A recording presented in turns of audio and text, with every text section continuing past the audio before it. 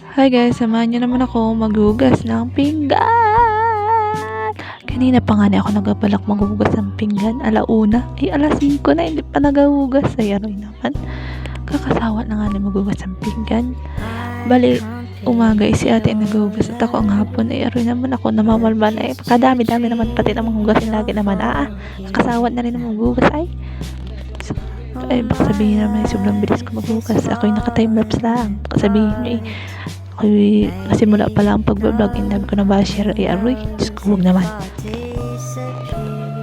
Gusto ko nga na yung maging soft girl. Ay, aroy naman, hindi talaga kaya mo. Saskargador talaga. Naisip ko nga, hindi na ba ako nag-voiceover. Ay, ano ba yung akalabasan ng voiceover na ere? Parang ako kargador din sa buses na ere. Naisip ko nga na habang ako nag-uwas ng pinggan. Kailan kaya rin matatapos na ere? Kadami-dami naman lagi.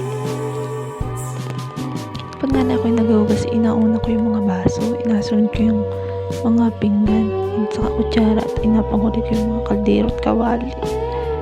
Ang dami nga ni aroy. Aring bahay naman para laging restaurant ang pagkadami laging hugasin naman apakita ko rin pala sa inyo yung before and after para makita nyo yung difference. Wow! Kung gano'ng kalinis maghugas. Cause I'm afraid I'll ruin your life. Wild to leaves with their way and grew again. You have gone far away. I'll be pushing you daisies and bring all the chances to heal.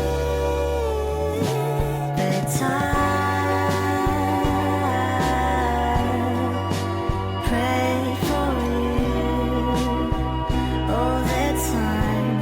If I could be by your side, I'll give you all my life, my seasons. By your side, I'll be your seasons.